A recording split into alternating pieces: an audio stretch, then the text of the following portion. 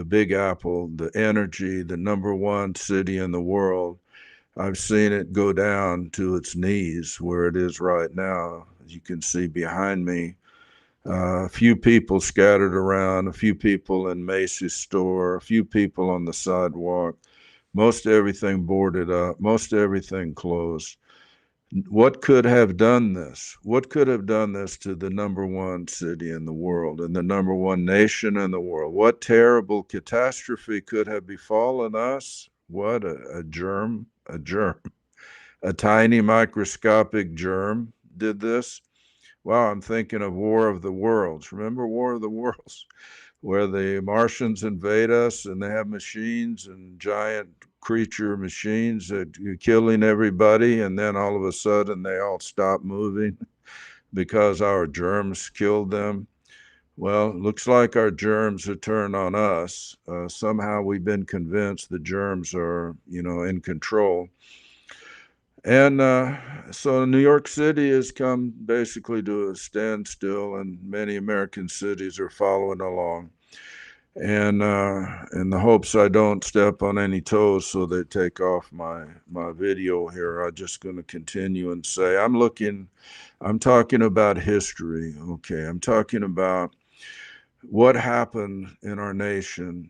We've been through some storms before. We've been through some big storms, and here's, I guess, another big one. And hopefully, this is not going to capsize our ship, our nation, ship of state. But I found something here in literature that kind of encapsulates things that I think are profound.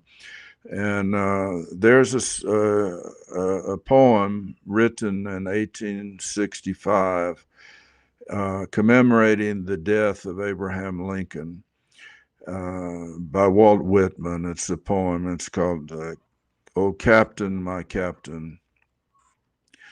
This was also something came up in the movie Dead Poets Society that Robin Williams was in.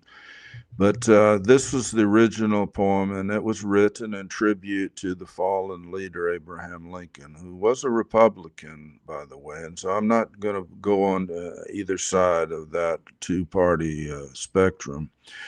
But there was another president that fell during my lifetime. That was John F. Kennedy. He was a Democrat, but one could also have written this same poem in memory of him. And so it's sort of with that theme that I'm talking to you today, and I'm going to read you this. And I just want to say one more thing. I don't know if perhaps we've seen two great leaders of our country fallen to assassins' bullet. I'm just wondering if our great republic we might be witnessing the slow rolling death of our republic that we have known, United States of America. I'm going to read this and then I'll go, but I think it's worth something that you would listen to, and I hope maybe take this to heart. This is the poem written in tribute to Abraham Lincoln right after his death in 1865, right at the end of the bloodiest war of American history.